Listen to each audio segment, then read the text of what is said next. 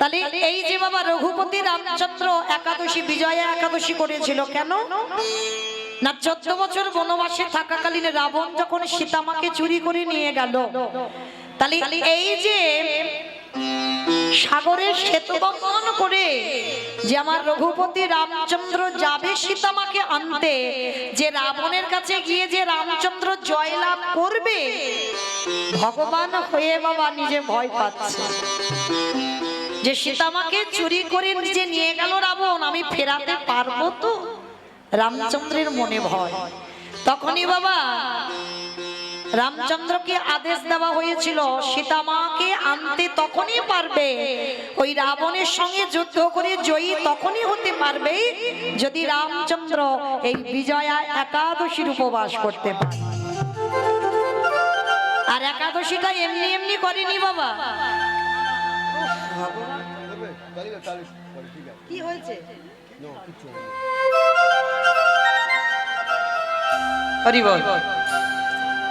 এই একাদশীর উপবাসটা কিভাবে করেছিল দেখো রঘুপতি রামচন্দ্র। এই রামচন্দ্র বাবা একাদশীর আগের দিন একটা মাটির ঘর, স্বর্ণ নয়, রূপ নয়, তামা নয়, স্টিল নয়, মাটির ঘর একটা আম্রপত্র দিয়ে প্রতিষ্ঠিত করেছিল। আর তার উপরে একটা স্বর্ণ নারায়ণের মূর্তি প্রতিষ্ঠা করেছিল। আর ওই নারায়ণের মূর্তি প্রতিষ্ঠা করে সারা রাত জাগরণ করে রঘুপতি রামচন্দ্র করেছিল বাবা একাদশীর উপবাস। কেন? শুধু সীতামাকে উদ্ধার করবে বলে লঙ্কাতে গিয়ে যাকে রাবণের সঙ্গে যুদ্ধ করে রামচন্দ্র জয়ী হতে পারে, তার জন্য ভগবানকে একাদশী করতে হলো। শুধু একাদশীর উপবাস করলো না, সারা রাত্র জাগরণ করে নারায়ণের আরাধনা করলো, নারায়ণের উপাসনা করলো।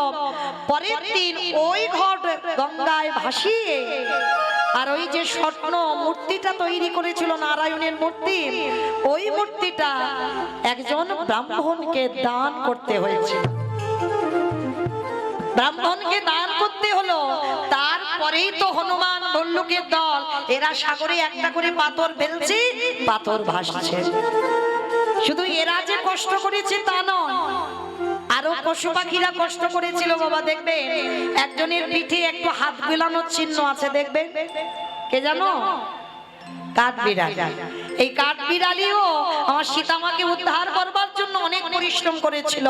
একটা ক্ষুদ্র প্রাণ, মানে কাঠবিড়ালি আমরা যারা দেখেছি কতটুকু প্রাণ বলে, তো যখন দেখছে রামচন্দ্র সীতা হারিয়ে খাচ্ছে, তখন বসে বসে কাঠবিড়ালি ভাবলো যে আমাদের ক্ষুদ্র প্রাণ, আমরা কি সীতামাকে উদ্ধারের জন্য কোনো কর্ম করতে পারবো না?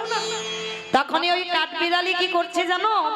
একবার করে ওই সাগরে গিয়ে ঝাঁপ দিচ্ছে, আর গায়ে তো পশমগুলো লেগে আছে জল, আর ছুটে এসে ওই বালির উপরে গড়াগড়ি যাচ্ছে।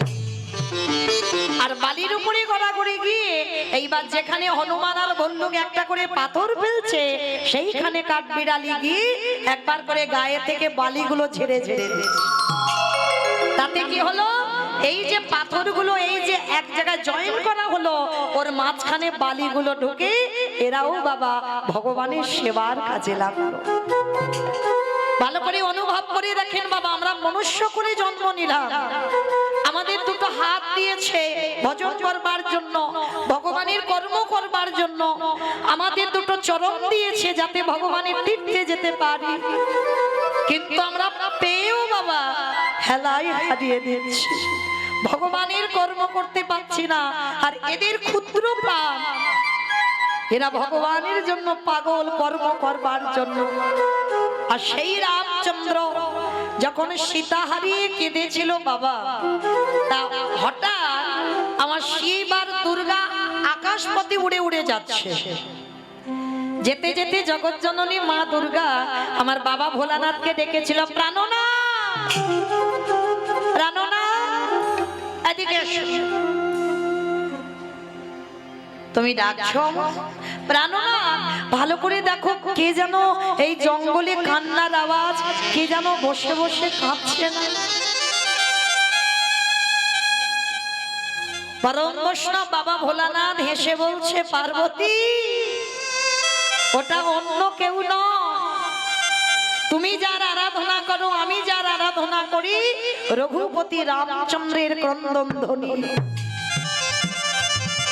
প্রভু কাঁদছে কেন তাহলে?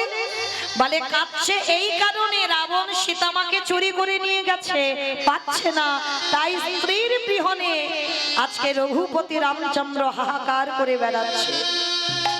কারণ বাবা রামচন্দ্র তো তিনি মর্যাদা পুরুষোত্তম, এ তো আর কৃষ্ণ অবতারে নয় যে ভগবানের 16,108টা স্ত্রী ছিল, 8 জন পাট রানী।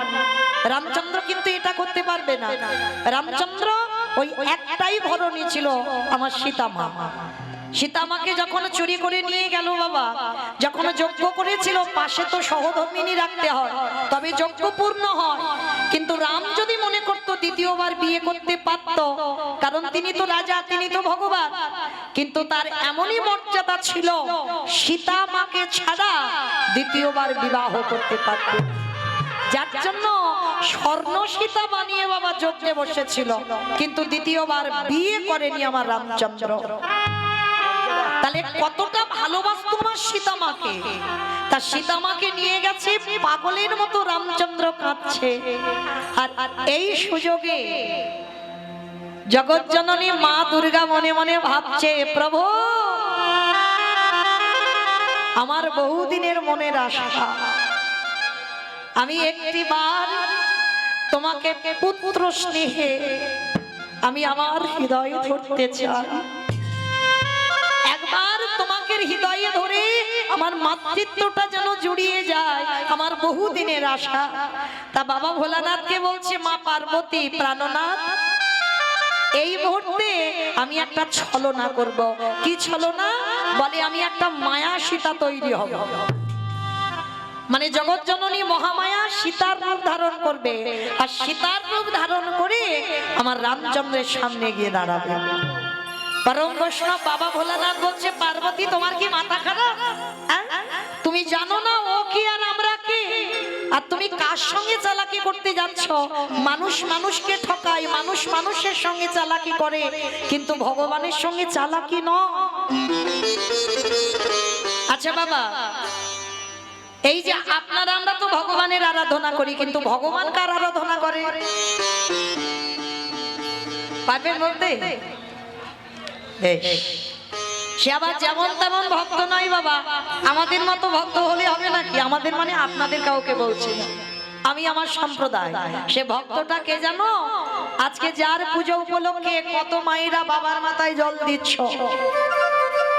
আমরা করি কৃষ্ণ উপাসনা, আর কৃষ্ণ করে পরম বৈষ্ণব বাবা ভোলানাথের উপাসনা। নিতাই গৌর প্রেমানন্দে হরি বল, হরি বল।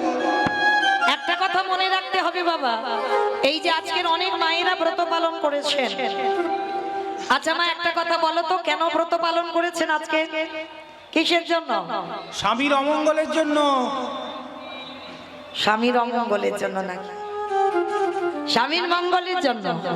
আচ্ছা, এদিকে আমার কোন দাদা ভাই কি ব্রত করেছেন? একবার হাতটা তোলেন দেখি। যেমন আমাদের উপবাস কালকে, আমাদের বৈষ্ণব মতে আমাদের কালকে করবেন। আচ্ছা, কতজন করবেন একবার হাতটা তোলেন তো দেখি। বেশ, তাহলে এইবার একটু আমি বলি। তাহলে আমার মায়েরা অনেকে বলে বাবা, দেখবেন অল্প বয়সের মেয়েরা ব্রত পালন করে কেন? বলি আমরা যারা এসটি মানুষ তারা করি স্বামীর মঙ্গলের জন্য, আর যাদের বিয়ে থা হয়নি তারা কিসের জন্য করছে? ভালো স্বামী পাবে ওই জন্য। তাহলে এইবার আমার এই যে বাবা ঠাকুর দাদা ভাইরা যারা উপবাস করব আমরা কালকে, তাহলে আমরা আমার দাদা ভাইরা কিসের জন্য করবে? বউয়ের মঙ্গলের জন্য। বউয়ের মঙ্গলের জন্য। হরি বল। সব ভুল কথা। স্বামীর মঙ্গল তো করেছিল বাবা সেই দক্ষ রাজার 27টা মেয়ে, চাঁদের 27টা স্ত্রী। সেই যে দেবগুরু বৃহস্পতি অভিশাপ দিয়েছিল চাঁদের ক্ষয় রোগ হবে, আর যখনই ক্ষয় রোগ হয়েছে বাবা, একেবারে মাংসগুলো গলে পচে নষ্ট হয়ে যাচ্ছে, এক পালা বাকি ছিল। আর যখনই বাবা ওই ভাইরা ভাইয়ের কাছে গিয়েছিল, আপনারা আমরা কি বলি বাবা, এই বোনেদের স্বামীদের কি বলা হয়? ভাইরা ভাই বলে তো। আমাদের ওদিকে ভাইরা ভাই বলা হয়, তাহলে চাঁদ আর বাবা ভোলানাথ এরা সম্পর্কিত ভাইরা ভাই হয়। তো যেই না চাঁদের এক পালা বাকি আছে, গিয়ে দাঁড়িয়েছে শিব ঠাকুরের কাছে, আর শিব ঠাকুর দেখা মাত্র চমকে উঠেছে। এ কি চাঁদ, তোমার কি অবস্থা, কি পরিণতি করেছে? বলে কেন? দেবগুরু বৃহস্পতি অভিশাপ দিয়েছে 15 দিনের মধ্যে আমার এই শরীরটা গলে পচে নষ্ট হয়ে যাবে। বলে তাহলে এখন করণীয় কি? বলে একটা কাজ করো, তোমার শরীরে যখন এত জ্বালা, শরীরে যখন এত যন্ত্রণা, তুমি একটা কাজ করো, আমার মাথাটা তো খুব ঠান্ডা, এইবার এক কলা চাঁদকে নিয়ে বাবা আমার জটার ভিতরে রেখে দিল। যার জন্য দেখবেন শিব ঠাকুরের মাথায় একটা চাঁদ তাই আছে তো, আর যার জন্য বাবার একটা নাম হলো চন্দ্রশেখর। আরো বলা হচ্ছে বাবার নাম শশী শেখর, পরম বৈষ্ণব বাবা ভোলানাথের নাম। তার যখন চাঁদকে এক কলা মাথায় রাখলো, এইবার 27টা মেয়ে তো স্বামীকে খুঁজে পাচ্ছে না, কাঁদতে কাঁদতে জামাই বাবুর কাছে এসে দাঁড়িয়েছে, চরণ দুটো ধরে ভোলানাথের কাছে, জামাই বাবু আমাদের স্বামীকে খুঁজে পাচ্ছি না, তুমি দেখেছো কোন রাস্তায় গেছে? সে তো 15 দিন কবে হয়ে গেছে, স্বামী বোধহয় আর বেঁচে নেই। আর জামাই বাবুর সঙ্গে কথা বলতে গিয়ে হঠাৎ দেখে না বাবা এক কলা চাঁদ শিবের জটার উপরে। 27টা মেয়ে দেখা মাত্র চমকে উঠেছে। জামাই বাবু তুমি আমাদের এত ভালোবাসো, আমাদের স্বামীকে তুমি মাথায় রেখেছো, দাও এবার নামিয়ে দাও। পরম বৈষ্ণব বাবা ভোলানাথ বলছে, দেখো শালি, তুমি যদি আমার এই প্রাণটা নিতে চাও আমি এক্ষুনি দিয়ে দেব, তোমরা যদি 27 জন আমার কৈলাসটাকে চাও আমি এক্ষুনি দিয়ে দেব, কিন্তু চাঁদ তো আমি দিতে পারবো না, কারণ চাঁদ যদি আমি মাথা থেকে নামাই তোমাদের চাঁদের হরিবোল হয়ে যাবে, কারণ বাঁচবে না, আমার মাথায় আছে বলে বেঁচে আছে। জামাই বাবু তাহলে কি হবে তুমি বলে দাও। বৈকুণ্ঠপতি নারায়ণ এসে বলল, দাঁড়াও দাঁড়াও দাঁড়াও, কান্নাকাটি বাঁধিয়ে দিও না, তোমাদের স্বামীকে 15 দিনের মধ্যে আবার একটু একটু করে ফিরিয়ে দেব। কি করতে হবে? তোমরা এই 27টা মেয়ে চলে যাও প্রভাস তীর্থে, দ্বিতীয় দিন যাবে, তৃতীয় দিন জলটা তুলবে, আর চতুর্থদশী যেটা আজকে তিথি, এই চতুর্দশীর দিন এসে তোমরা সবাই 27 জন মিলে জামাই বাবুর মাথায় ঢেলে দাও। আর যখন তোমরা জামাই বাবুর মাথায় ঢেলে দেবে, দেখবে চাঁদ 1 কলা 2 কলা 3 কলা হতে হতে 15 দিনের মধ্যে পরিপূর্ণ হবে। কিন্তু চাঁদকে শিব নামাতে পারবে না, কারণ চাঁদকে যদি নামায় তাহলে চাঁদ আর বাঁচবে না। তাহলে মায়েরা কি বুঝলাম? 27টা চাঁদের বউ স্বামীর প্রাণ ফেরাবার জন্য আজকে তিথি, আজকের উপবাস করে বাবার মাথায় জল ঢেলেছিল। কিন্তু মায়েরা আমাদের স্বামীদের কি ওই ক্ষয় রোগ হয়েছে নাকি? হয়নি তো, তাহলে কি জন্য করেছি এইটা তো জানতে হবে। আমরা হিন্দু ধর্মের মানুষ, আমরা সনাতন ধর্মের মানুষ, শুধু কয়েকজন নয়, প্রত্যেকের কর্তব্য এই শিব চতুর্দশী ব্রত উপবাস করা। কেন? একটা কথা বলে যাই বাবা, সরাসরি ভগবানের কৃপা অত সোজা নয়, কারণ আমরা সেই সৌভাগ্য অর্জন করিনি যে আমরা সরাসরি ভগবানের কৃপা পেয়ে যাব। ভগবানের কৃপা পেতে গেলে ভগবান বারবার বলছে, আমি সবথেকে যাকে ভালোবাসি আগে তার চরণ আশ্রয় করো। এই যে আমার বাবা ঠাকুররা বললেন, ভগবান যার চরণ আশ্রয় করে আছে তিনি তো ভক্ত। আর পৃথিবীর মাটিতে, ত্রিলোকের মাটিতে সবথেকে বড় বৈষ্ণব যদি হয় একজন, তিনি হলেন বাবা ভোলানাথ। আর যদি বাবা, তার নাম তো আশুতোষ, একটা বেলপাতার বাতাসা, একটু দুধ গঙ্গা জল মাথায় ঢেলে দাও, দিলেই বাবা তিনি সন্তুষ্ট হয়ে যাবে। আর একবারে যদি বৈষ্ণবের কৃপা কেউ পেয়ে যায়, তার অচিরে কৃষ্ণ কৃপা হবে হবে হবে। নিতাই গৌর প্রেমানন্দে। হরি বল হরি বল। তো বাবা যারা আজকে শৈব তারা তো করেছেন, তো আমাদের বৈষ্ণব মতে কালকে যারা করবেন তাদের চরণে আমার মতো অধম কীর্তনিয়া কোটি কোটি ধন্যবাদ প্রণাম। কারণ কৃষ্ণ কৃপা পেতে গেলে আমাদের পরম বৈষ্ণবের চরণ আশ্রয় করতে হবে, আর ওই চরণ ভজলেই পেয়ে যাব গোবিন্দ চরণ। তাহলে মায়েরা সোজা কথা একটা বলে দিলাম, শিব চতুর্দশী ব্রত পালন করার একটাই কারণ, কৃষ্ণ প্রেম ভক্তি লাভ করার জন্য। জড় জগতে কোনো স্বামী নয়, কোনো স্ত্রীর মঙ্গল নয়, একটাই জন্য শিব চতুর্দশী ব্রত কর্ম, যাতে আমাদের কৃষ্ণ প্রেম ভক্তি লাভ হয়। আর যারা ব্রত করেছে ওই একটাই জিনিস চাইবেন বাবার কাছে, যে প্রভু আমি যেন কৃপা করে কৃষ্ণ চরণ আশ্রয় করতে পারি। কুরু পক্ষে ছিলেন আমার পিতামহ ভীষ্ম, আর পাণ্ডব পক্ষে ছিলেন আমার ভগবান কৃষ্ণ।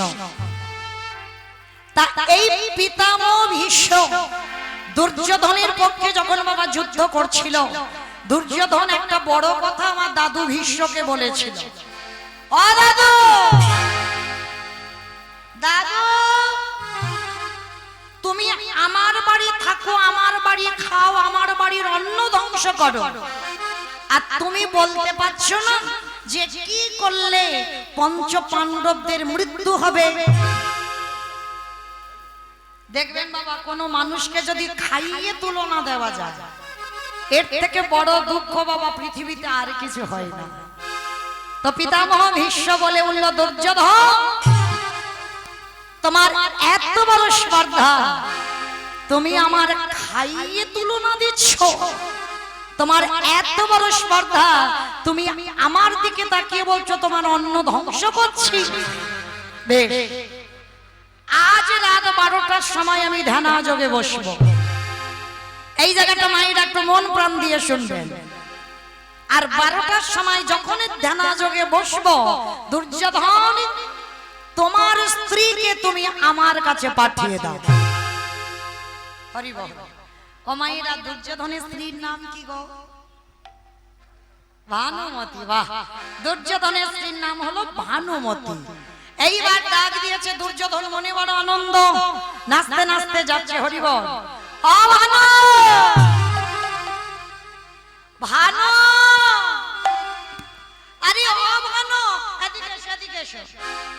ডাকছিলে আমার? হ্যাঁ গো, জানো আজ রাত 12টার সময় না আমার দাদু তোমাকে একবার যেতে বলেছে। যেই না কথাটা বলা বাবা, সঙ্গে সঙ্গে ভানুমতি ছমছম। ছি ছি ছি ছি ছি ছি ছি ছি, তোমার বিবেক বুদ্ধি কিছু হবে না? হ্যাঁ, তোমার দাদু সংসার করেনি, মানে বিয়ে করেনি, তোমার দাদু আই বড়, আর রাত 12টার সময় একটা যৌবন বয়সের নাত বউকে যেতে বলছে, আর তুমি আমার স্বামী হয়ে পার্টি দিতে চাইছো? হ্যাঁ, শোনো, আমি তো তোমার দাদুর কাছে যাবই না, যাবার যদি দরকার হয় তো তুমি তোমার দাদুর কাছে যাও। আচ্ছা মাইরা, এই যে ভানুমতি যাবে না, এই কথাটা কে কে জানে? দুর্যোধন জানে, পিতামহ ভীষ্ম জানে, আর কে জানে? বাহ বাহ, সবার সঙ্গে চালাকি করা যায় বাবা, একজনের সঙ্গে চালাকি করা যাবে না। কি মা যাবে? চালাকি যদি করা যেত তাহলে করোনায় এত প্রাণ চলে যেত।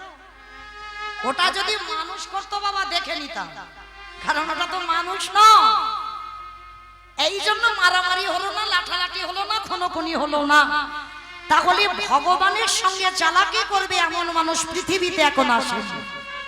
তা আজকের ভানুমতি যাবে না, এটা দুর্যোধন জানে আর আমার কৃষ্ণ জানে। ভগবান মনে মনে চিন্তা করলো, এই তো সুযোগ, এই সুযোগে আমার সখীকে ওই কাজটা করে নিতে বলতে। 12টায় যাওয়ার কথা, বেজে গেছে বাবা 11টা, রাত 11টা। আর 11টার সময় আমার ভগবান কৃষ্ণ যাচ্ছে সখীর দরজা। রাত 11টার সময় গিয়ে ডাকছে, সখী সখী। যেই না সখী বলে রেখেছে বাবা, সঙ্গে সঙ্গে, আচ্ছা বলেন তো সখীটাকে? দ্রৌপদী। বাহ, দ্রৌপদী সঙ্গে সঙ্গে বাইরে হয়ে বলে উঠলেন, সখা, ও সখা, আমায় ডাকছিলি? এত রাত্রিবেলা তুমি কেন এসেছো? হাতটা ধরেছে ভগবান। আর দেরি নয় সখী, চলো এক জায়গা যেতে হবে। কোথায় যাব? চলো না, আমি যেখানে বলবো তুমি সেখানে যাবে। আস্তে এই জায়গাটা মায়েরা একটু মন দেবে। রাত 11টার সময় বাবা যদি কোনো পর পুরুষ আমার মায়েদের দিদি ভাইদের দরজায় এসে ধাক্কা দিয়ে ডাকে, এই যে উঠে এসো, এক জায়গা যেতে হবে, চলে যাবেন? যাবেন? চলে যাবেন? অত সোজা নয়। কৈফিয়ত চাইবেন না, কেন যাব, কি জন্য যাব, কেন এসেছো, কে তুমি, প্রশ্ন করব তো। কিন্তু দ্রৌপদীকে যখন কৃষ্ণ ডাকলো, আমাদের মতো একটা দুটো স্বামী নয়, দ্রৌপদীর 5টা স্বামী ছিল। সেই 5টা স্বামীকে ত্যাগ করে সোজা কৃষ্ণের কাছে এসে বলছে, সখা একটাই প্রশ্ন, এত রাত হয়েছে তুমি ঘুমাও, চলো আমায় যেতে হবে তো। কোনো কথা নয়, জানতে চাইলো না যে যাব কোথায়। কেন জানতে চাইলো না? দ্রৌপদী যে তত্ত্ব জানে সেই তত্ত্ব আপনারা আমরা এখনো জানি না। তত্ত্বটা কি? ভগবান যদি কারোর দরজায় এসে নাম ধরে ডাকে, তখন কি বাবা বললে হবে যে আমার ছেলেটা বিদেশে আছে, ও ফিরে আসুক তবে তোর ডাকে যাব? পারবো বলতে বাবা? বিকাল 5টা, দুপুর 12টা, সকাল 10টা, যে কোনো টাইমে ঘরের মালিক যদি এসে বলে ভাড়া ঘর ছেড়ে দাও, অন্য ভাড়াটিয়ে দিতে হবে, ঘর ছেড়ে দিয়ে বাবা চলে যেতে হবে। তাহলে দ্রৌপদী জানে কৃষ্ণ ডেকেছে মানে আর থাকা যাবে না। এইবার হাতটা ধরেছে, নিয়ে যাচ্ছে, সখী আমি তোমাকে নিয়ে যাচ্ছি দাদুর কাছে। তবে হ্যাঁ, তুমি যাচ্ছ না, যাচ্ছে ভানুমতি। ঘোমটাটা টেনে দেবে আর তোমার গলায় কথা বলবে না, তুমি ভানুমতির গলায় কথা বলবে। ঠিক আছে সখা, তুমি যা আদেশ করবে আমি তাই করব। হাত ধরে টানতে টানতে নিয়ে যাচ্ছে। আর আগেকার দিনে বাবা ওই যে কাঠের জুতো, কি জানো নাম বাবা, যদি পাকা জায়গা বলো আর কাঁচা জায়গা বলো, হাঁটা হয়, কিরকম আওয়াজ হবে? খট খট খট খট আওয়াজ হবে না? ভগবান কৃষ্ণ বলছে, সখী তোমার ওই জুতো জোড়া একটু খুলে দাও। কেন? আরে বাবা, তোমার জুতোর আওয়াজে দাদুর ধ্যান ভেঙে যাবে, তোমায় ছিটতে পেরে যাবে, ওই জন্য খুলে রেখে যাও। দ্রৌপদী বলছে, ঠিক আছে সখা, আমি জুতো খুলে যাচ্ছি, তবে হ্যাঁ আমার জুতো জোড়া রইলো, দেখো কেউ যেন নিয়ে চলে যায়। ভাবতে পারছেন মা? একটু অনুভব করে, আমাদের মতো ভক্ত নয়। দ্রৌপদী ভগবানকে আদেশ দিচ্ছে, আমার জুতো মনে বসে থেকো। ভগবান মনে মনে ভাবলেন, কত বড় ভক্ত, কত বড় ভক্ত, যে আজকে আমার কাছে জুতোর দায়িত্ব দিচ্ছে। এ কত বড় ভক্ত, আমায় তো দেখতে হবে। এ যেমন তেমন ভক্ত হলে তো আমার কাছে জুতোর দায়িত্ব দিত না। যেই না দ্রৌপদী জুতো খুলে মা ঘরে গেছে, এখনো ভীষ্মের কাছে যায়নি, সবে এক পা ঘরে গেছে, সঙ্গে সঙ্গে ভগবান মনে মনে ভাবলেন, আমাকে রাধারানী আমায় বলেছিল আমার হৃদয়ে নাকি ভক্তি নেই, আর ভক্তি পেতে গেলে নাকি ভক্ত সঙ্গ করতে হবে। দেখি তো ভক্তি আসে কিনা। রাধারানীর কথা মনে করে যেই না দ্রৌপদী চলে গেল, ভক্ত বাৎসল্য ভগবান আমার দ্রৌপদীর জুতো জোড়া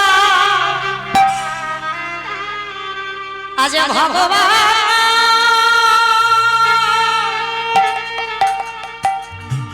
আজ যেই না বুকে জড়ায়ে ধরেছে। ভক্তের জুতো ভগবান বুকে ধরেছে, আর যেই না বাবা বুকে ধরা, যে ভগবান রাধারানীকে বলেছিল আমি কোনোদিন কাঁদতে শিখিনি, আমি কোনোদিন গুরু ধরে কাঁদা শিখিনি, আমি জানি না কি করে কাঁদতে হয়, যেই না যত জোড়া বক্ষে ধরেছে আমায়রা শিখতে লাগেনি গো আপনি থেকে ভগবানের নয়ন হতে পারি বিগলিত হচ্ছে আমাদের মতো জল নয় এমন জল গড়ছে না নয়ন থেকে এলো বক্ষ দেশে চরণের জুতোর তলায় যে ধুলো ছিল ওই চোখের জলের ধুলোয় মেলা হয়ে গেল ওই গড়াতে গড়াতে এলো নাভি কমলে ভেসে গেল ওই জল গড়াতে গড়াতে এলো জানো দেশ ভেসে গেল আরে ওই দ্রৌপদীর জুতো ধোয়া ওই চোখের জল আমার ভগবানের ধরণীটা সে যে ভক্তের ভগবান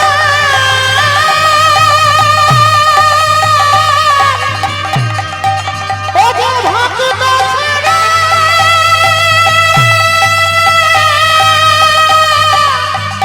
ভক্ত ছাড়া কিছু জানে না তাই তো যুগে যুগে ভক্তের কাছে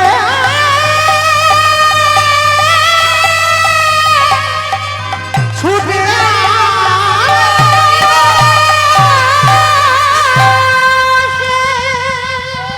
যেই না ভগবানের ধরণী ভেঙে যাচ্ছে ভগবান দ্রৌপদীর জুতো ধরে চমকে এটা কি করে সম্ভব এটা কি করে সম্ভব আমি তো আমার রাধারানীকে বলেছিলাম আমি তো কাঁদতে জানি না তাহলে জুতোটা ধরতেই আমার চোখে কেন জল এলো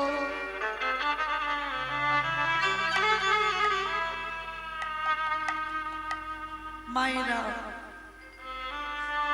আপনাদের নদিয়া জেলায় মুর্শিদাবাদ বাংলাদেশ মালদাতে যেটা হয় সেটা আমাদের দক্ষিণ 24 পরগনায় হয় না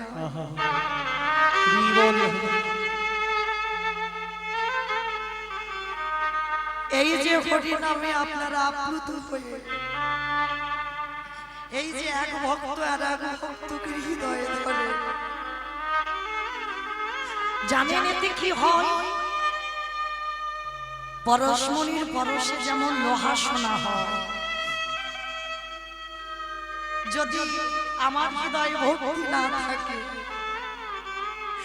যদি একবার আপনাকে আমি পরশ করি কিঞ্চিৎ ভক্তি আমার হৃদয়ে আসে নিতাই গৌর হরি বল হরি বল হরি বল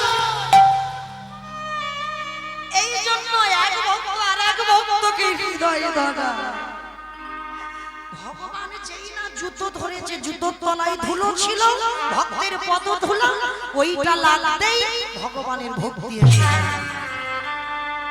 রাধে আজ আমি জেনে গেলাম এই জগতে ভক্ত পদ ধুলা নিলে তার ভক্তি আসবেই ওই জন্য চেষ্টা করবেন মা পাশে যদি ভক্ত থাকে একবার ভক্তির ধুলা নিতাই গৌর হরি বল হরি বল হরি বল নিতাই গৌরী হরি প্রেমানন্দে বল হরি বল হরি যুগ ধর্ম প্রবর্তক নাম সংকীর্তন চারি ভাব ভক্তি দিয়া না চাইন ভগবান আপনি ভক্ত ভাব করি অঙ্গীকার আপনি না করলে ধর্মজীবের শেখানো না যায় আপনি আচরি ধর্মজীবের শেখায় এই তো সিদ্ধান্ত গীতা ভাগবতী গায় এই মতো কলিকালে প্রথম সন্ধ্যায় অবতীর্ণ হলেন কৃষ্ণ আপনি নদী আয় নিতাই গৌর হরি বল হরি বল হরি বল তাহলে বাবা প্রথম শ্লোকে আমরা চৈতন্য চরিতামৃত গ্রন্থ থেকে কি জানলাম যে নিজে আচরি ধর্ম জীবের শিখায় নিজে না করলে ধর্ম জীবকে শিখানো না যায় আগে বাবা নিজের আচরণ যদি ঠিক না হয় তাহলে বাবা কলির জ্ঞানন্দ জীবের চৈতন্য দেবে কি করে? গৌরাঙ্গ মহাপ্রভু এমনি এমনি আসেনি বাবা। আসবার কারণটা কি? নিজে গৌর হয়ে, নিজে কৃষ্ণ, বৃন্দাবনের কৃষ্ণ তো গৌর হয়েছে, আজকে নিজেই কৃষ্ণ হয়ে বাবা নিজেই কৃষ্ণ বলে কাঁদছে। কেন? আপনাদের আমাদের শিক্ষা দেবে বলে। ওরে কলির জ্ঞানন্ধজি, আমি ভগবান কয়ে আমিও ধুলাই গড়াগড়ি যা, আমিও ভগবান কয়ে আমিও সাধুগুরু বৈষ্ণবদের চরণ ধুলামি, আমিও ভগবান কয়ে একবার ভক্তকে হৃদয়ে ধরি।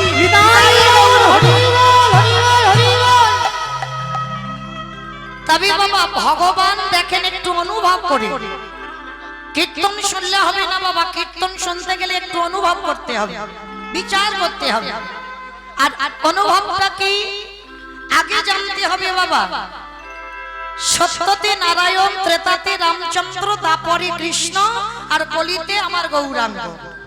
তাহলে মাইরা তিনটে যুগে ভগবান আমার বড় লোক হলো, তিনটে যুগে ভগবান আমার সিংহাসন পেল, তিনটে যুগে রাজ পোশাক পরল, রাজ প্রাসাদে বসে তিনটে যুগে ভগবান রাজ অলংকার পরিধান করল। কি গো মাইরা করেনি? সত্যতে নারায়ণ হয়ে বড় লোক হয়েছে, ত্রেতাতে রামচন্দ্র হয়ে বড় লোক হয়েছে। হয়তো 14 বছর বনে গেল, কিন্তু তারপরে তো বড় লোক হলো।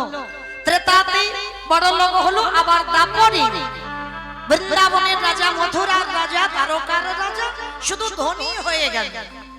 বলেন মা, কলিকালে ভগবান বড় লোক হতে পারত না? কি গো, সে তো বিশ্বের স্রষ্টা মালিক ভগবান। তাহলে তিনি কেন আজকের কাঙাল হয়ে জীর্ণ মলিন বস্ত্র পরিধান করে জীবের দাঁড়ে দাঁড়িয়ে গিয়ে বলবে বাবা একবার কৃষ্ণ বলো? যে নিতে চাইছে তাকে দিচ্ছে, আর যে নিতে চাইছে না বাবা তার পায়ে জড়িয়ে ধরে বলছে কৃষ্ণ বল। এই জায়গাটা বাবা একটা গন্ডগোলের ব্যাপার। ভগবান হয়ে আজকে ধুলাই গড়াগড়ি যাচ্ছে কেন? এই কেনর কথা জানতে গেলে বাবা আমাদের একটু বৃন্দাবন যেতে হবে। কেন যে আমার ভগবান ধুলাই গড়াগড়ি যাচ্ছে এই নবদ্বীপের মাটিতে, সুরধনী গঙ্গার তীরে এই ধুলা মাগলো কেন? এই কেনর কথা জানতে গেলে একটু বৃন্দাবন যেতে হবে। যেদিন আমার বৃন্দাবনে শ্রীমতী রাধারানী অষ্টসখী পরিবৃতা নিয়ে বসে আছে, প্রাণ গোবিন্দ আমার গিয়ে ডাকছে রাধে, ও রাধে, আরে শোনো শোনো আমার কাছে এসো। বধূ আমায় ডাকছে? হ্যাঁ রাধে, আমি তোমায় ডেকেছি। অনেকদিন ধরে আমার মনের ভিতরে একটা প্রশ্ন যাচ্ছে, কিন্তু আমি এর উত্তর পাচ্ছি না। বলো বধূ, কি প্রশ্ন? জানো রাধে, এই পৃথিবীতে হাজার হাজার মানুষ, কোটি কোটি মানুষ, লাখ লাখ মানুষ আছে, সবাই আমায় ভালোবাসে। যেমন রাধে, যেটা আমি সব থেকে পছন্দ করি চন্দন তুলসী নয়ন জলে দিয়ে আমার চরণে অর্পণ করি, কিন্তু জানো রাধে আমার মাথায় আসে না পৃথিবীর এত কোটি কোটি লোক আমায় এত প্রাণ দিয়ে ভালোবাসে, তাদের হাজার ডাকে আমি সাড়া দিই না। কি গো মাইরা, আপনারা এই যে গরমে বসে আছেন কষ্ট করে, ভক্ত যদি না হতেন আপনারা বসে থাকতে পারতেন? এই যে মাগবা, আমি যেদিকে তাকাবো সেদিকে যেন আমার আপনজন। যত জায়গায় কীর্তনে যাই বাবা, এই সামনে যে বাবা ঠাকুর দাদা ভাইরা বসে আছেন, সব জায়গা চরণ দর্শন হয়। এই যে আমার এক জন্মের পাওয়া নয়, কোটি কোটি জন্মে সাধ্য সাধনা হলে তবে বাবা এমন ভক্ত পদধূলা পাওয়া যায়। আর সব থেকে বড় কথা কি বাবা, ভক্ত যদি মনের মতো না হয় সেখানে কীর্তন হয় না। আগে ভক্ত সঙ্গ করতে হবে, যার জন্য আমার গৌরাঙ্গ মহাপ্রভু ওই ভক্ত সঙ্গ করবে বলে সংসার ত্যাগ করে দিন। ভক্তদের নিয়ে অযাচিত প্রেম অযাচিত ভালোবাসা, কে নিচু জাত কে উঁচু জাত, আমার ভগবান কিছু দেখেনি। সবাইকে কোল দিয়েছে, সবাইকে প্রেম দিয়েছে, কিন্তু আমরা এমন দুর্ভাগা জীব, আমরা বিচার করি জাতের ভেদাভেদ। ও উঁচু জাত, ওর সঙ্গে মেলামেশা করবো, নিচু জাত ওর সঙ্গে মেলামেশা হবে না। কিন্তু এটা ভুল কথা বাবা। যদি ভক্ত মানুষ হয় কোনদিন জাতের ভেদাভেদ হয় না, ছোট বড় ভেদাভেদ হয় না, সবাইকে হৃদয় আলিঙ্গন করে। তো আজকে সেই ভগবান এমনি এমনি ধুলা মাখেনি, তাহলে কলিকালে ভগবান কাঙাল হয়েছে কেন? বৃন্দাবনে আমার রাধারানীকে আমার গোবিন্দ প্রশ্ন করেছিল, জানো রাধে এই পৃথিবীতে আমাকে সবাই ভালোবাসে, কি বাবা ভালো যদি না বাসতেন ছুটে আসতেন? এখন তো মা ইউটিভিতে সবাইকে দেখা যায়, তাহলে কিসের আশায় ছুটে এসেছে, কিসের লালসায় ছুটে এসেছেন? এই কীর্তনিয়াদের দেখবেন বলে না, তাহলে এসেছেন কেন? কীর্তনিয়া যত অসার কথা বলে যায়, যদি প্রেমিক মানুষ হয় কীর্তনিয়া কখন একটু সার বস্তু বলবে? যদি হরি ভক্ত হয় বাবা, তার হৃদয় একবার যদি জানতে পারি অমুক জায়গায় এই করিমপুর শ্মশানে কীর্তন হচ্ছে, 5 মিনিট হলেও বাবা পাগলের মতো ছুটে আসে। কেন? এইটাই আমার মহাপ্রভুর কৃপা ভক্তের প্রতি। কলিযুগে যদি ভক্ত হয়, আমার নাম যদি কানে যায়, সে পাগলের মতো সব কাজ ফেলে দিয়ে পাগলের মতো ছুটে যাবে। তাহলে গোবিন্দ প্রশ্ন করলো, রাধে এই জগতের মানুষ সবাই আমায় ভালোবাসে, কিন্তু তাদের হাজারটাকে আমি সাড়া দিই না। কিন্তু জানো রাধে, তুমি আর তোমার 8 জন সখী একবার যদি হা কৃষ্ণ প্রাণ গোবিন্দ বলে ডাকো, আমি ভগবান হয়ে পৃথিবীর যে প্রান্তে থাকি না কেন, আমি ভক্তের দ্বারে ছুটে আসি। আমি যে ভক্ত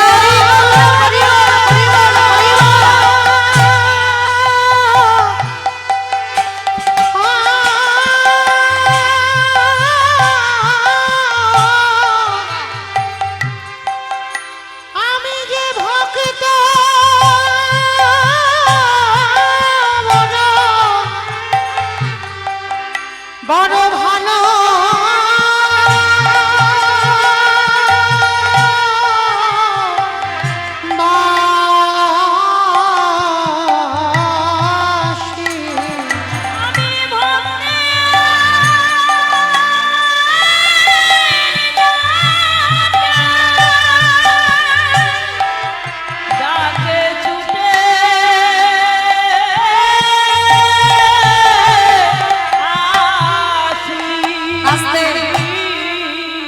গোবিন্দ আমার প্রশ্ন করলো, এই পৃথিবীর ভক্তরা ডাকে, আমি তাদের ডাকে যাই না। আর রাধে তুমি আর তোমার 8 জন সখী যদি একবার ডাকো, আমি পাগলের মতো ছুটে যাই কেন? যেই কথাটা বলা, আমার রাধারানী বাবা খিলখিল করে হেসে উঠেছে। হে গোবিন্দ, পারবে না, পারবে না, সেই বোধগম এখন তোমার হয়নি যে আমি আর আমার 8 জন সখী তোমায় কি দিয়ে ডাকি। রাধে বলো কি? আমি এতে চাংশকলা পুংস কৃষ্ণেস্তু ভগবান স্বয়ং ঈশ্বর পরম কৃষ্ণ সচিদানন্দ বিগ্রহ অনাদির আদি গোবিন্দ সত্য কারণের কারণ। আমি ভগবান কৃষ্ণ, আর আমি তোমার মতো 4 আঙুল মেয়ের কথা বুঝবো না? বলে না বধূ, তুমি বুঝবে না। কেন বুঝবো না? কারণ আমরা যে বস্তু দিয়ে তোমায় ডাকি সেটা তো তোমার মধ্যে নয়। আজকে বাবা কোনো কথা নয়, আর মায়েরা এক মন এক প্রাণ যেন থাকে, যেন দু মন না হয়, কিছু বুঝতে পারবেন। গোবিন্দ প্রশ্ন করলো, রাধে তোমরা কি এমন জিনিস দিয়ে ডাকো যেটা আমি বুঝবো না? কারণ তুমি জানো আমি 64 গুণাধিপতি কৃষ্ণ, আমি 16 কলাই পরিপূর্ণ, অনিমা মহিমা প্রাপ্তি প্রকম্মা লঘিমা ঈপ্সিতা কামাবশিতা স্থিতি ঐশ্বর্য বীর্য যশ শ্রী জ্ঞান বৈরাগ্য লীলা কৃপা। আমি 16 কলাই পরিপূর্ণ, আর আমি তোমাদের কথা বুঝবো না? রাধারানী বললেন, হে গোবিন্দ তুমি 64 গুণাধিপতি কৃষ্ণ হতে পারো, তোমার মধ্যে 64টা গুণ থাকতে পারে, কিন্তু তোমার মধ্যে তো একটা গুণ নাই। ও মায়েরা, যে কৃষ্ণকে তোমরা আমরা সবাই ভালোবাসি, সেই ভগবানের 64টা গুণ আছে, কিন্তু একটা গুণ নাই। সেটা কি? ভক্তি। যেই না রাধারানী বলেছে তোমার ভক্তি নাই, 64 গুণ আছে, তোমার ভক্তি নাই, যেই না বলেছে বাবা ভক্তি নাই, সঙ্গে সঙ্গে গোবিন্দ মা রেগে গিয়ে বলছে অসম্ভব। তোমাদের মতো চারাগুল মেয়ের কাছে আমি শিখবো যে আমাকে ভক্তি নেই? বলে বেশ, তুমি রেগে যেও না, ভক্তি যদি থাকে তুমি একটু কেঁদে দেখাও তো দেখি। কত সুন্দর কথা দেখেন আমার প্রাণ গোবিন্দ রাধারানী, একটু কেঁদে দেখা ভক্তি যদি থাকে। গোবিন্দ বলছে, রাধে আমি তো কোনোদিন কাঁদতে শিখিনি, আমি তো কোনোদিন গুরু ধরে শিখিনি কি করে কাঁদতে হয়। রাধারানী বললেন, হে বধূ তাহলে কাঁদতে যদি না পারলে তাহলে তোমার হৃদয় ভক্তি এলো কি করে? রাধা তার মানে গুরু ধরে আমায় কাঁদা শিখতে হবে? বলো না রাধা, আমি কি করলে আমার ভক্তি আসবে? বলল গোবিন্দ, ভক্তি যদি পেতে চাও তোমাকে একটাই পদ আশ্রয় করতে হবে, এই জগতে নিষ্কিঞ্চন বৈষ্ণবের চরণ ধুলা। অপরাধ নেবেন না বাবা, এখানে যদি কোনো বৈষ্ণব বসে থাকে, আমি বলছি বটে কথা কিন্তু আমার নয়, মহাজনগতস্য পন্থা, মহাজনীরা বলেছেন, আমি একটু মনে করিয়ে দিচ্ছি মাত্র। এই যে নিষ্কিঞ্চন বৈষ্ণব বাবা, আমাদের মতো শুধু তিলক সেবা, গলায় তুলসীর মালা, গেরুয়া বসন, শিখা রেখে দিয়েছে, নিরামিষ আহার করে প্রসাদ ভোজি, আমি বৈষ্ণব হয়ে গেলাম না, ভুল কথা। তুমি আচরণ সব করে গেলে, নিয়ম সব মেনে গেলে, কিন্তু বাবা তোমার হৃদয়ে যদি ভক্তিটা না থাকে, একবার কৃষ্ণ বলে যদি তুমি তোমার নয়নে পারি না ঝরে, তাহলে বাবা সব আচরণ করাটাই বৃথা হয়ে যায়। ভক্তি যার কৃষ্ণ তার সর্বশাস্ত্রে কয়, ভক্তি না থাকিলে কৃষ্ণ দেখিও বা কিবা হয়।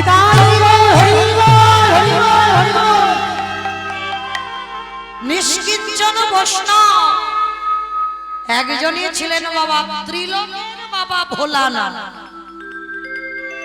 কি গো মাইরা, বাবার কৈলাসও ভালো লাগে না, বাবার সব থেকে প্রিয় জায়গাটা কোথায় জানো? শ্মশান।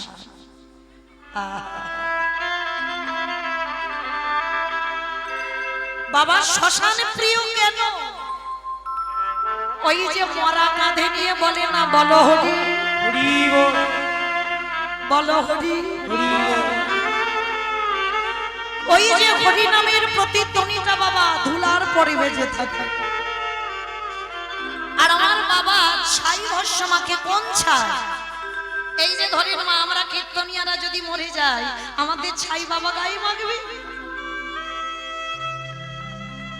তাহলে বাবা কোন ছাই মাখি? যদি কোনো ভক্ত বদনে কৃষ্ণ নাম বলতে বলতে প্রাণ হারায়,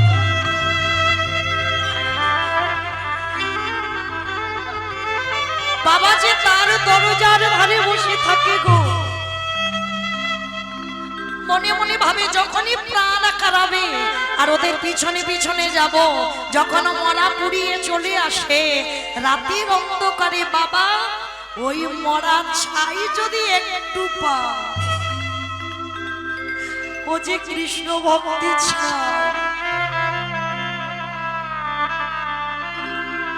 ওই ছাই দিয়ে বাবা আমার সারা গায়ে মেখে দেয়।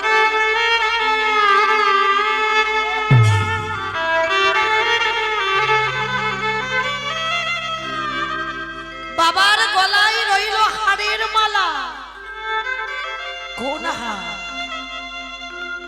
যদি কৃষ্ণ ভক্ত মরে যায়, যখন পুরী আসে মা, যদি এক টুকরো হাড় পেয়ে যায় বাবা, ওই কৃষ্ণ ভক্তের এক টুকরো হাড় তুলে আমার বাবা কৈলাসে গিয়ে গলায় মালা করে বাবার গলায় যে সাপ আছে, ওই সাপের নামটা কি জানো? অনন্ত নাম। আর মাথায় যে আছে উনি হলেন উদয় নাম। এই বাবার গলায় যে সাপ, এই অনন্তকে বাবা গলায় ধরেছে কেন? এইটাই হলো তথ্য। যারা অষ্টতর শতনাম মুখস্থ রেখেছেন তারাই জানবেন ভগবানের নাম যে কৃষ্ণ, এই নামটা রেখেছিল কে? অনন্ত রাখিল নামে অন্ত না পাইয়া, অন্ত না পাইয়া, কৃষ্ণ নামে রাখে গর্ব ধ্যানেতে জানিয়া, গর্ব ধ্যানেতে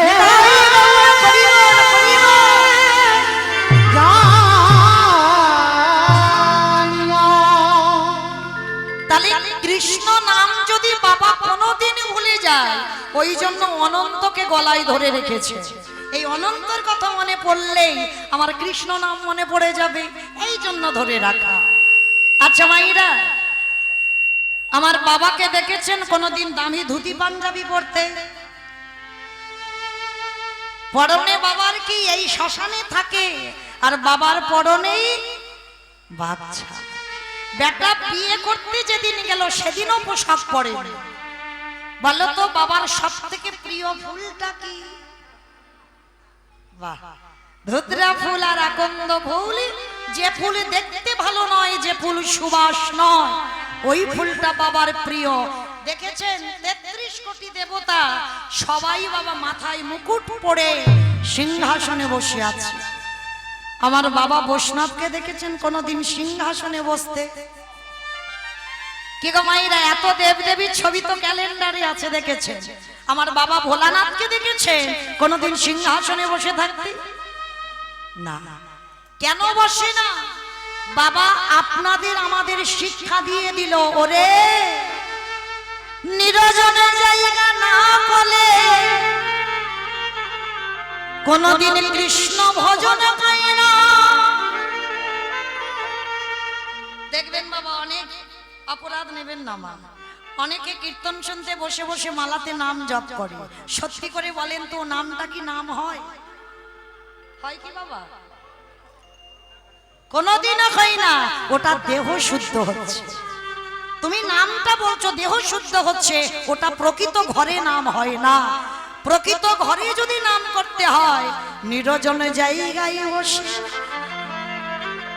জানালা দরজা বন্ধ করে ওই কৃষ্ণের প্রতিচ্ছবি আমার বুকে ধরে, কৃষ্ণ তোমার হলাম বলে ভক্ত যদি একেবারে কাই মনোবাক্যে যদি কৃষ্ণ তোমার হলাম বলে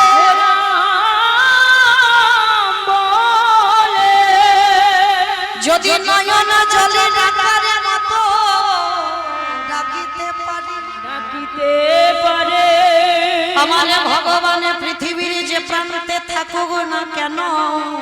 ও যে ভক্তের ডাকে ছুটে আসে ভক্তের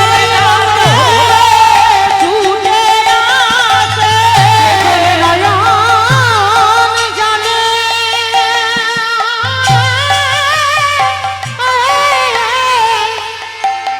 ডাকিতে পারে যে ভক্তের ডাকে ডাকে ছুটে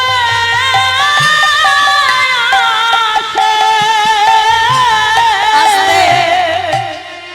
অমাইরা একটা কথা না বললে এই হরিবাসরটা যেন অসম্পূর্ণ। যেহেতু বাবা জন্মাষ্টমী উপলক্ষে আমাদের শ্মশান কমিটির কীর্তন, জানেন এই বৈষ্ণবের কথা বলতে গিয়ে একটু মনে পড়ে গেল, যেদিন আমার কৃষ্ণ আবির্ভূত হয়েছিলেন, জন্ম নয় মা, আপনারা কোনোদিন বলবেন না ভগবান জন্ম নিয়েছে, এটা যদি বাবা বলা হবে একেবারে ভুল হবে। জন্ম তো আমরা নিই বাবা, ভগবান অজনী সম্ভবা, ভগবান কোনোদিন জন্ম নেয় না, ভগবান আবির্ভূত হয়। ভগবান কংসের কারাগারে আবির্ভূত হলো ভাদ্র কৃষ্ণাষ্টমী তিথিতে, বাবা বসুদেব মাথায় করে নিয়ে গেল নন্দালয়। কিন্তু নন্দালয়ে যখন পরের দিনে নন্দ উৎসব হয়, স্বর্গের ৩৩ কোটি দেবতা সবাই দেখতে যাচ্ছে। কংসের অত্যাচারে ধরিত্রী কম্পমান,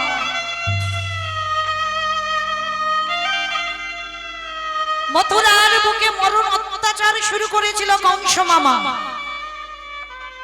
আর তখনই বাবা স্বর্গের দেবতারা প্রভুর আবির্ভাব, যশোদার কোলে আমার ছোট্ট গোপাল, ৩৩ কোটি দেবতা, পবন দেব, অগ্নিদেব, বরুণ দেব, সবাই, ব্রহ্মা, সাবিত্রী, ইন্দ্র, ইন্দ্রাণী সবাই ছুটে আসছে আমার গোপালকে দেখবে বলে।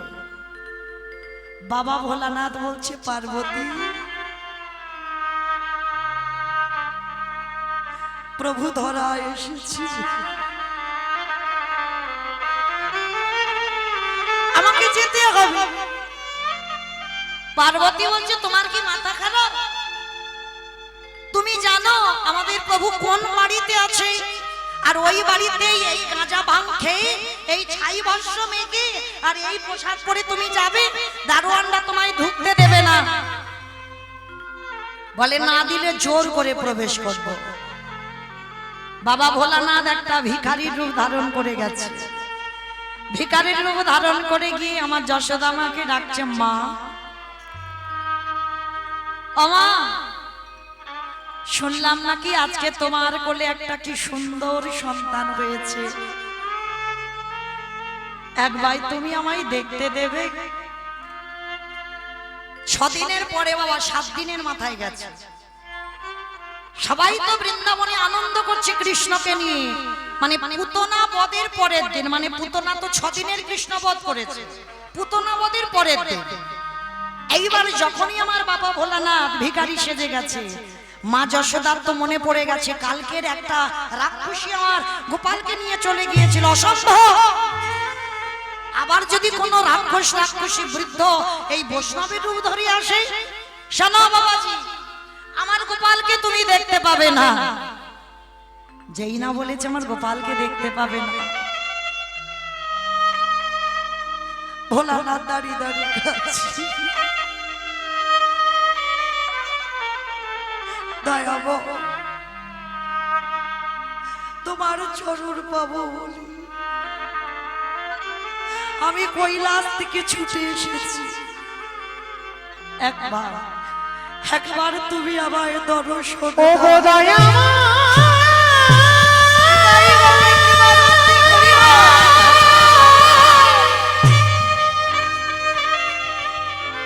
তোমার চরণে পাবো বলে আমি তোমার কাছে ছুটে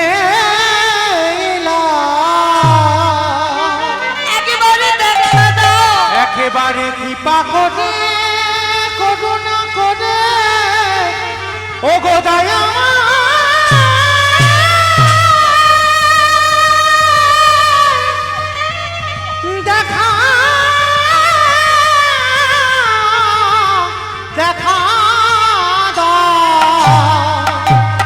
ওগো তুমি নাকি ভক্তের ভগবান। যেই না বাবা ভোলানাথ ডাক দিয়েছে, আরে কি আমার ভগবান থাকিতে পারে? ভগবান সব সইতে পারে,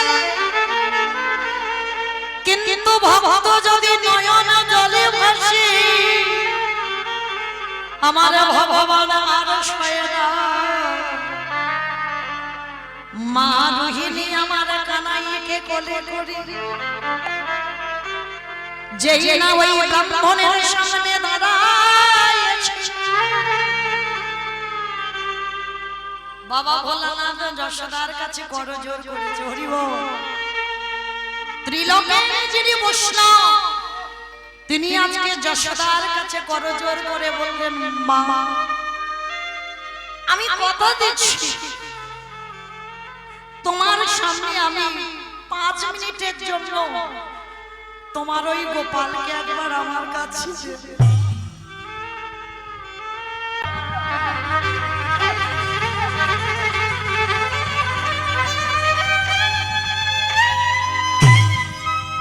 কেমন ভক্ত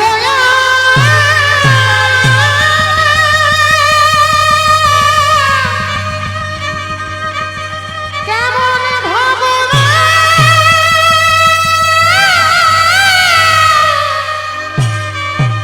আমি জগতে অনেক ভক্ত দেখেছি, কিন্তু এমন ভক্ত এমন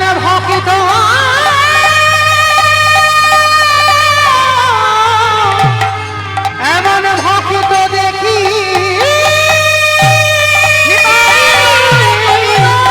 দেখি সেই আমার ভগবান ওই ধুলাটা ভেঙেছে, ভগবানের কাঁদতে লাগলো না, আপনি থেকে এই হৃদয়টা ভেসে যাচ্ছে। একই এটা কি দ্রৌপদী গো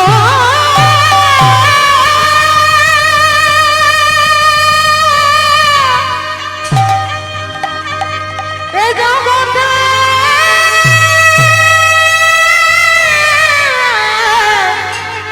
সবাই আমায় ভালো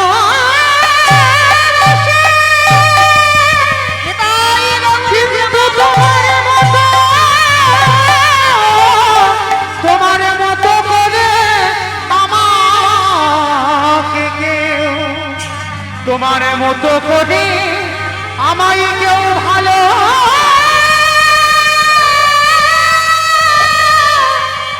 ভালোবাসে না। দ্রৌপদী আড়াল থেকে দেখলো কৃষ্ণ জুতো ধরে কাঁদছে। দ্রৌপদী দেখা মাত্র চমকে উঠেছে, সখা সখা তুমি আমার জুতো চুরি করলে, চুরি করলে কেন? হায় রে, ভগবান নাকি দ্রৌপদী জুতো চুরি করেছে। দ্রৌপদী বলছে, চুরি তো করলে, আমার কাছে তুমি চাইতে পারোনি। দ্রৌপদী আমি তোমার কাছে জুতো চাইলে তুমি আমায় দিয়ে দিতে, কেন দেব না? তুমি বোধহয় ভুলে গেলে আমি অজনে সম্ভব। দ্রৌপদী বলছে, আমার আগুন থেকে জন্ম হলো, আরে যেদিন থেকে আমার জন্ম হয়েছে, এই মন প্রাণ দেহ জীবন যৌবন তোমায় দিয়েছি। এই দেহ যদি তোমার হয়ে যায়, বলো এই দেহের জুতো জোড়া কি আমার? আমার জীবন যদি তোমার, আমার যৌবন তোমার, আমার দেহ তোমার, তাহলে আমার পায়ের জুতো জোড়া কার? ভক্ত দেখেছেন? এই হলো ভক্ত। পেরেছেন কোনদিন ভগবানকে জুতো মাথায় তুলে দিতে? সে ভক্তি তো আমাদের নাই, কিন্তু দ্রৌপদী বলেছিল এ দেহ আমার নয় তোমার। তাহলে দেহ যদি তোমার হয় তাহলে জুতো তোমার হবে, তাহলে তোমার জুতো তুমি ধরে কাঁদবে, এতে আমার আপত্তি করার কি আছে? দাঁড়াও আমি তুলে দিচ্ছি। দ্রৌপদী নিজের পায়ের জুতো জোড়া কৃষ্ণ দয়াময়ের মাথায় তুলে দিল।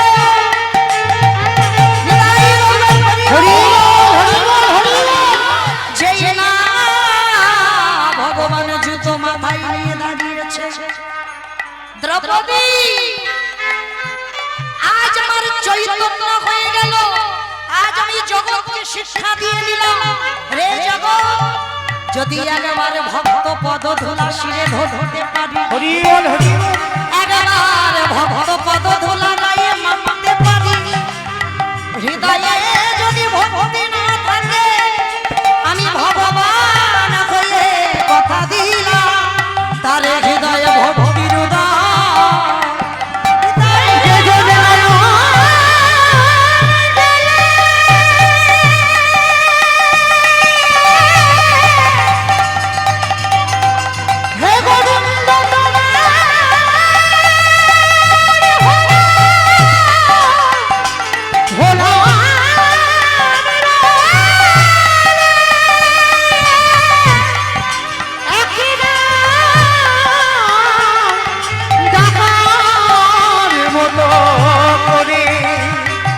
একেবারে ডাকার মতো করে ডাকিতে পারে আমার ভগবান।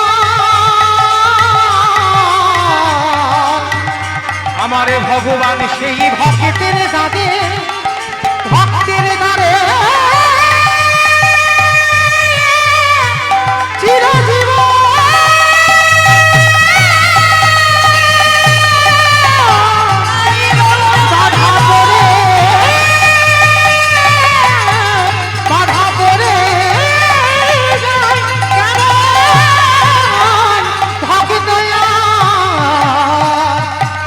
ভগবান এ জগতে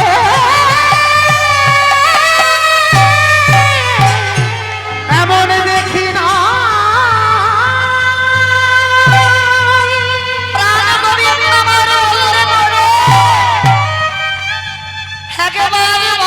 যদি জলে ডাকে আমি থাকতে পারি না, থাকতে পারলো না দ্রৌপদী। আর দেরি নয়, আর দেরি নয়, তাড়াতাড়ি যাও। যেই না দ্রৌপদী আমার দাদুর কাছে দাঁড়ালো আর বাবা আশীর্বাদ দিয়ে দিল, তোমার শীতের সিঁদুর, তোমার হাতের শাখা অক্ষয় থাকুক।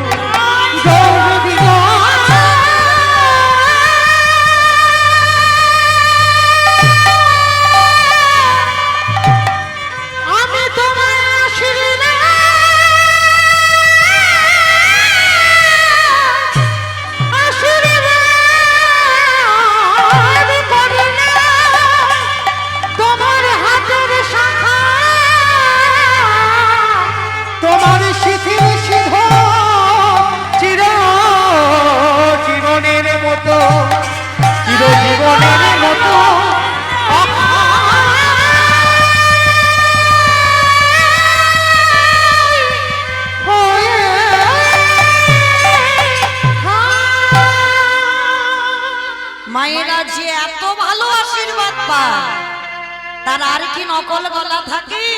দ্রৌপদী আনন্দে লাফ দিয়ে উঠেছে, আর যেই লাফ দিয়ে উঠলো এইবার ভীষ্ম বুঝতে পেরেছে তাকে। কে তুমি?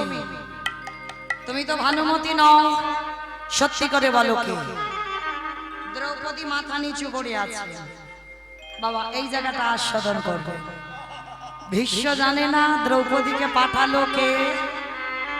বারবার ভীষ্ম জিজ্ঞাসা করছে কে তোমায় পাঠিয়েছে, উত্তর দাও। কে পাঠালো তোমায় এখানে? এখানে তো তোমার আসার কথা নয়, এখানে ভানুমতি আসার কথা। সত্যি করে বলো কে পাঠিয়েছে? আর ওদিকে দরজায় বাবা দেখবেন গোয়েন্দা না হলে চুরি ডাকাতি হয়, তাই না? একেবারে গোয়েন্দা থাকতে হবে, তবে চুরি করা যাবে। আর যে গোয়েন্দা হয় সে চুরি করতে আসে না, সে বাইরে দাঁড়িয়ে বলে দেয় কোথায় কোন জিনিসটা আছে। ভগবান দরজায় দাঁড়িয়ে আছে, দ্রৌপদী চুপ, আমার নাম তুমি বলবে না। খবরদার, আমি যে তোমায় পাঠালাম তুমি আমার নাম বলবে না। আর এদিকে চেপে ধরেছে দ্রৌপদীকে, উত্তর দাও, কে তোমায় পাঠিয়েছে সত্যি করে বলো। বারবার জিজ্ঞাসা করছে, আর দ্রৌপদী তো ভয় পেয়ে যাচ্ছে, এত জোরে জোরে কথা বলছে পিতামহ ভীষ্ম। আচ্ছা এই জায়গাটা বাবা একটু ভাবেন তো, যে ভীষ্মের ইচ্ছা মৃত্যু, মনে করলে মরবে আর মনে না করলে মরবে না, সেই ভীষ্ম কি জানে না এই কাজটা কে করতে পারে?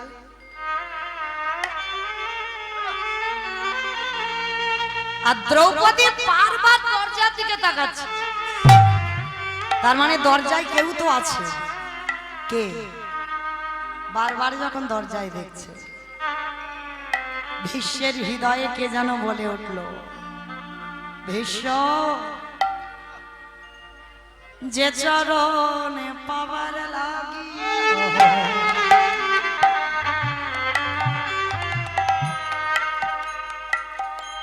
যোগীগণ যোগে পায় না,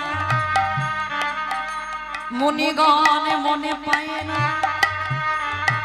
ধ্যানীগণ ধ্যানে পায় না, সেই চরণ আছে কোটি কোটি জনম সাধনা করে তার চরণে মেলে না। দেখে নে, একবার নয়ন ভরে দেখে নে। বিশ্ব বুঝতে পেরেছে তার নিশ্চয়ই দরজায় কেউ দেখি একবার গিয়ে এক পা দু পা করে, যেই না ভীষ্ম দরজায় গেছে,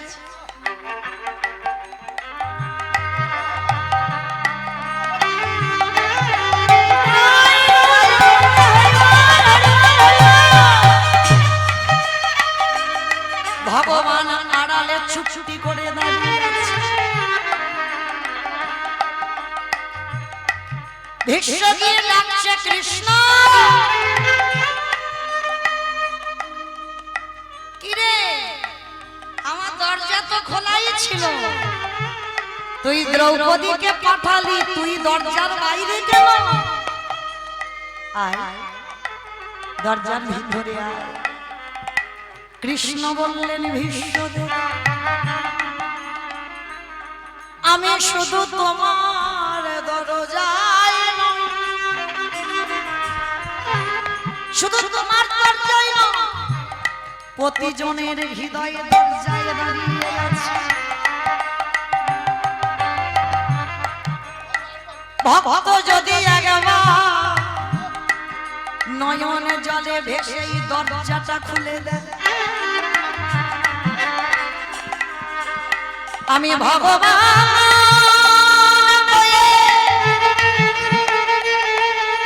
আমি সেই ভক্তের দরজায় দাঁড়ায় থাকি না, সেই ভক্তের হৃদয় মন্দিরে প্রবেশ করি।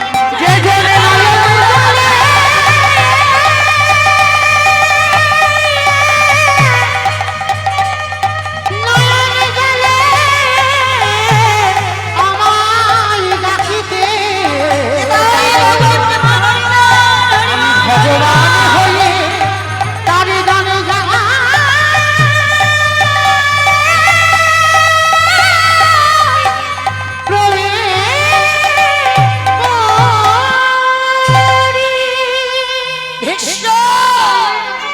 তুমি ডেকেছ বটে, কিন্তু তোমার ডাকা এখন সঠিক নয়। এই যে আমরা বসে এত কাঁদি, এত ভেসে যাচ্ছি, কাঁদছি বটে, যেদিন আসল কান্নায় আসবে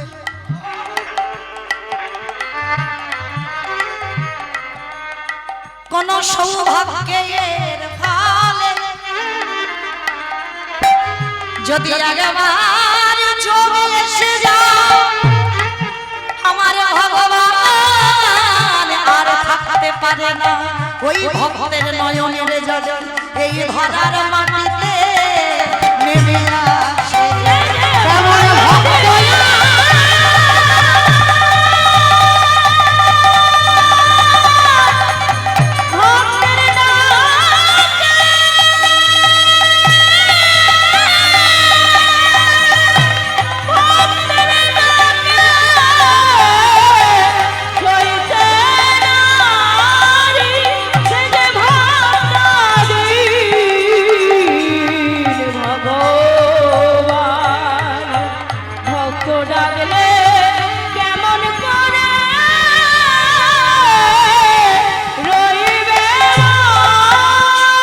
আমি কবে যাব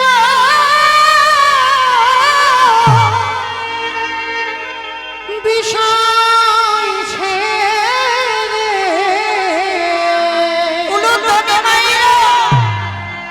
আমি কবে যাব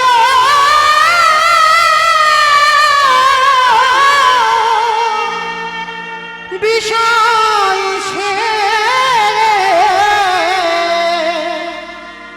ওই মধুর বৃন্দাবন ওরে কৃষ্ণ নামে কাঁদেবে কাঁদে আমার পুরা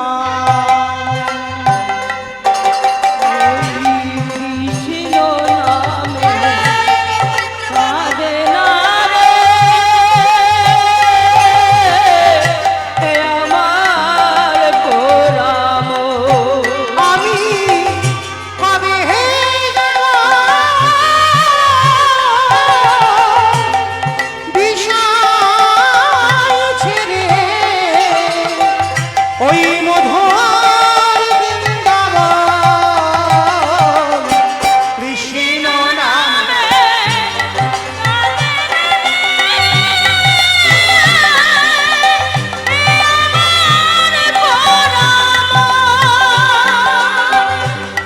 কৃষ্ণ নামে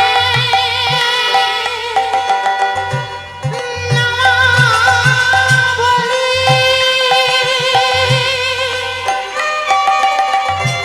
পরে কবে ওরে কবে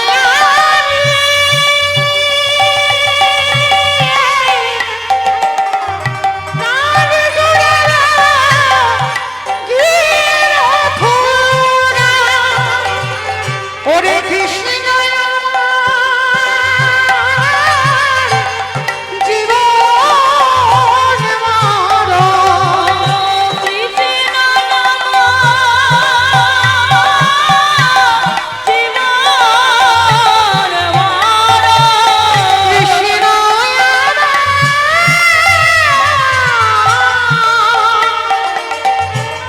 জীবন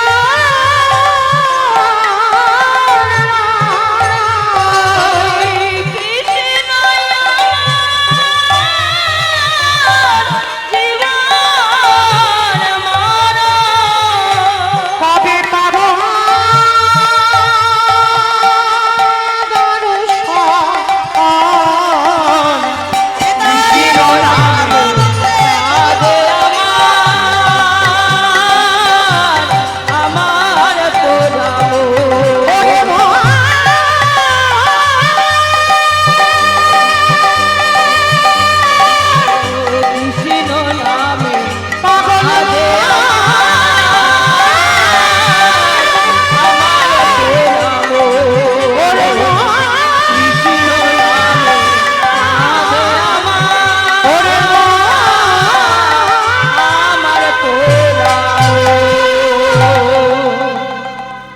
ভীষ্মকে বলেছিল ভীষ্ম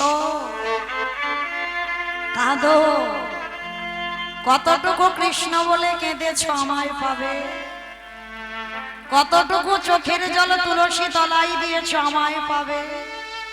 কাঁদতে শেখো, যেদিন তোমার কান্না সঠিক হবে আমি কথা দিলাম তোমার সরসজ্জার পাশে আমি দাঁড়িয়ে থাকবো শেষের দিনে। সেদিনে ভীষ্ম কেঁদে কেঁদে বলল কৃষ্ণ রে। এই জায়গাটার ভাষাগুলো শুনবেন, ভীষ্ম কৃষ্ণকে কি বলেছেন? আজে তোকে আমার আদরে আসতে হবে না, ওটা কৃষ্ণ রে। যেদিন আমার নিদানের সময় কবে, যেদিন আমার চরণ আর চলবে না, যেদিন আমার হাতে আর তোর চরণে তুলসী দেবে না, যেদিন আমার বদন আর কৃষ্ণ বলবে না, আমার নয়ন আর কৃষ্ণ রূপ দেখবে না, ওরে কৃষ্ণ রে। যেদিন সরসজ্জায় পড়ব, যেদিন আমি মনে করব আমার প্রাণ ত্যাগ করব, ওরে কৃষ্ণ রে। তুই আগে বাবা কথা দিয়ে যা, সেদিন সরসজ্জার পাশে ওরে এমনি করে যেদিনই আমার